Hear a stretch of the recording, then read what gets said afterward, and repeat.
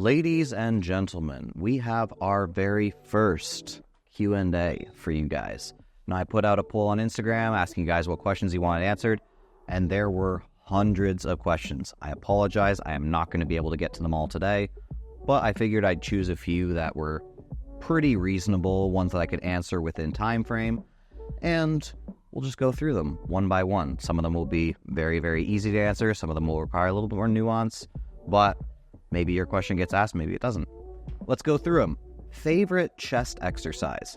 This one, hands down, goes to the Nautilus leverage. It's that blue machine that you guys have seen me use. It's on a very fixed path, just very stable, very good pressing motion.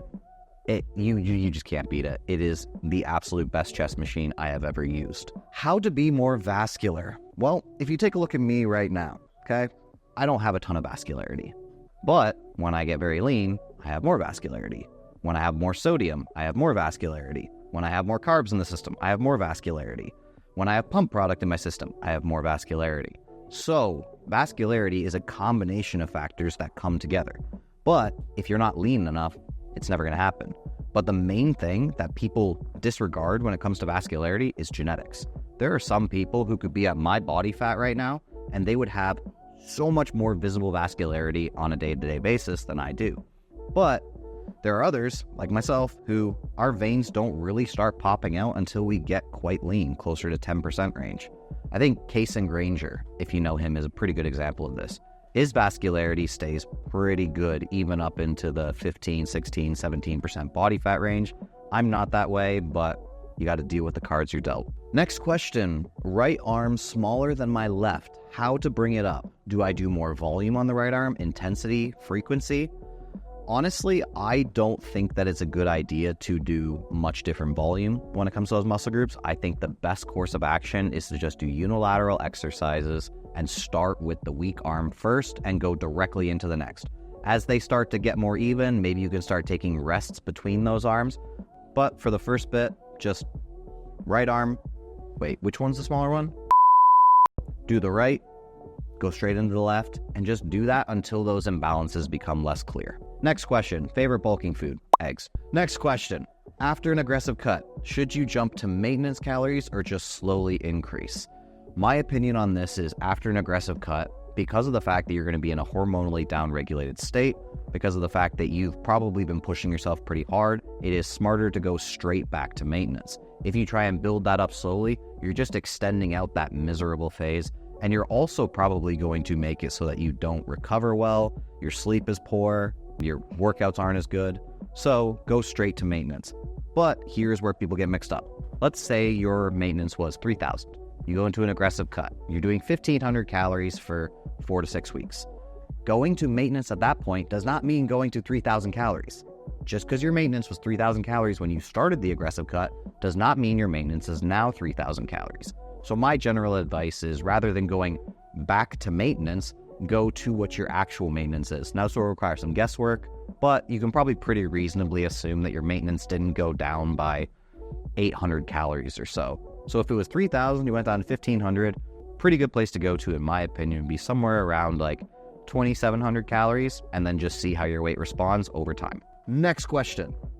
Most valuable piece of training information I've received thus far. Probably the most valuable piece of training information is that time is going to dictate gains.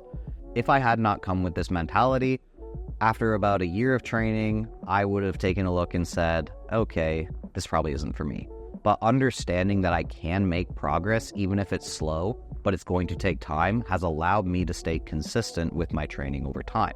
If I didn't know that I could continue building muscle past 3, 4, 5 years, it would have been very discouraging and probably made it very hard for me to go to the gym. I think a lot of people think that gains just stop at around 3, 4 years once you become a bit more advanced. It's not true. They slow down, but they'll still happen. So give yourself plenty of time, understand that it's going to take lots of time, and don't be looking to have your peak physique within 2 to 3 years. And there is no way that this is the next question on the list. How do you know when you are at your peak natural physique? You don't, because you're not. Not a single person will ever reach their peak natural physique. Does that mean that nobody will get close? Absolutely not. You will get close if you spend a lot of time in the gym and you do things properly for a long period of time. But I'm not at my peak physique. I've been training for over a decade now. Nobody really gets to their peak physique. They can get close, but the real thing that they are fighting is time.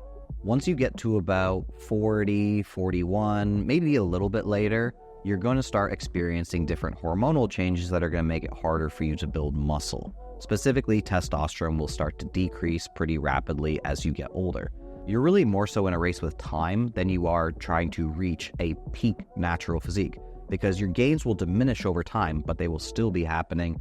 And then once you get into your 40s or so, assuming you've been training very well for a very long period of time, you probably will start to either plateau or maybe decrease over time. However, maintaining muscle is a lot easier than building it. That's why you will see jacked 50-year-olds, jacked 55-year-olds, even jacked 60-year-olds, because they can actually maintain muscle mass that they got earlier, and you can even build muscle at those ages if you had not trained the years leading up to it, or not trained properly for the years leading up to it. Next question. To achieve a physique roughly 10% body fat, is cardio necessary or would strict diet suffice? No, cardio is not necessary. Cardio can be helpful, but it is not necessary. What's probably more so helpful than anything else is making sure that you keep your activity levels up. And one of those main things is step count. So as you get leaner and leaner, your body starts to want to move around less and less. So as long as you have a step count that you're trying to hit, you can make sure that your activity levels maintain a little bit higher. If you don't pay attention to that, you might go from being a 12,000 step a day guy to 6,000 steps a day as you get leaner without realizing it. Have a number, stick to it, and that will help you out a lot. Can you add in cardio as well? Absolutely. But do you need it? No. Next question. 5 sets per day, 3 times a week, or 15 sets 1 day per week? Neither. I would not do this many sets in a week. But if I had to choose between those two, I would do 5 sets per day, 3 times a week. 15 sets in a day is just a lot. By the time you get up to that many sets, you're not really getting anything out of the muscle group anymore. You're just accruing more fatigue. So I would split those days up if I absolutely had to. But if I wanted to give you a more personalized answer, if I was doing 10 sets a week, I would probably split that up in 5 sets, 2 days a week, rather than doing like 3, 3, and 4. That's just a personal preference. If you did want to do it over the course of 3 times in a week, you can, but that's the way I would do it personally. Next question. I weigh heavy, but I don't look big as in fat. Is it because of the muscle? Possibly. Some people have really, really nice body fat distribution where it just kind of spreads itself out over the body, so they don't really look all that fat. And then you have other people who they carry a lot around the stomach area, and that tends to be a much more fat look, because even if your arms are relatively lean, if you have a belly, people are going to automatically assume you're fat. So it's possible, but at the same time, if you can't see that you're a muscular person and you weigh heavy, there's a good chance that you have a lot of fat on your body. So the fact that you're asking this question lends me to believe that you have a decent amount of fat and could probably stand to benefit losing some.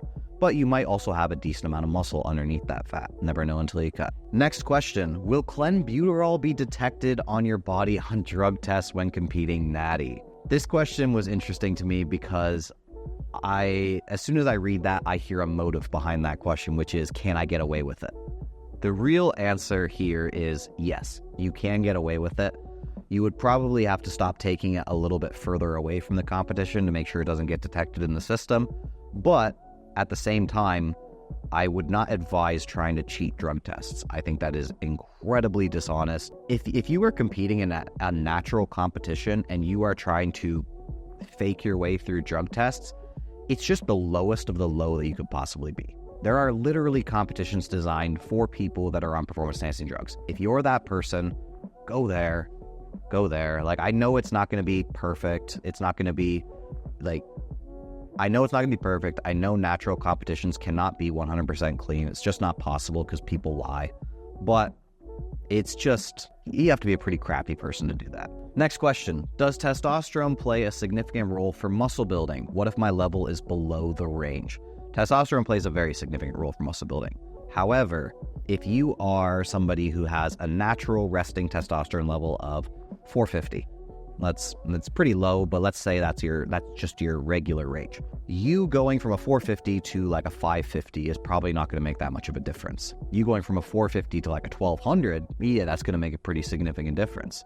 But if your resting level is around 450, 500, somebody else's resting level is around 700, do they have some crazy advantage over you? No. If their normal level is 700 and your normal level is 500, it's not that they have some advantage over you. That could just be your genetic makeup. Now, are there people that do have incredibly high testosterone levels? Yes, but they're pretty rare. And if they do, it's probably not going to be something that necessarily causes them to gain significant amounts of muscle. I've seen different people who have 1,000, 1,100 testosterone, and you wouldn't take a second look at them. Testosterone does play a very significant role in muscle building, but more so when you start going outside of the natural limits and you start adding it in, then is my normal level 500 versus is my normal level 700? I hope that explains it. It's a little bit nuanced, but usually the testosterone plays a bigger role if it's being brought in exogenously. Can you build muscle in a caloric deficit? Example, a 100 calorie deficit. I don't think I'm going to answer this, to be completely honest, because I actually want to dedicate an entire video towards this question. So I'm going to heart this question, and I will probably do a full-on video on this topic later on. Next question. Thoughts on peptides? This is an interesting one because peptides, I don't have any issue with them, especially certain peptides. Now, what happens often is people are like, oh, well, peptides are not allowed in natural competitions. I know. And? So it really depends on what your reasoning behind using the peptides are. If you're a person competing in natural competitions and you're using peptides, I think that's wrong because you are going outside of the regulations that are meant for natural competitions. However, if you're just using peptides to optimize certain things about your health, I think they can be very beneficial. I have no issue with peptides. Same thing as I have no issue with TRT. If you're somebody who needs TRT, use TRT. If it's going to help benefit your life, do it. Just because you can't now compete in natural competitions doesn't make you any less of a person. It's not a moral question to me. If you could make one food 0 calorie, what would it be? Cheesecake. It's as simple as that. Because other foods that have calories that I eat consistently, it's like I'm eating them and wanting some of the calories from them. Cheesecake, I don't want the calories from that, but I want all the flavor. Next question. Ever considered hopping on gear in either the near or distant future? Yes, absolutely. I think anybody who's kind of obsessive about building muscle and says that they haven't considered hopping on gear is lying to you. I don't know what their motives are for lying about that, but it is quite literally the single best thing I could do to advance myself as a bodybuilder. I always laugh about the conversation of like science-based lifters versus non-science-based, and it's from some gearhead. I'm like, you're literally the most science-based, you're more science-based than I am, because you are quite literally using chemical concoctions to enhance your body to other levels that I can't reach. It's like, that is like the most science-based thing you could do. So, I mean, yeah, obviously I've considered it. I don't think I will though. It just doesn't seem to be in the cards for me.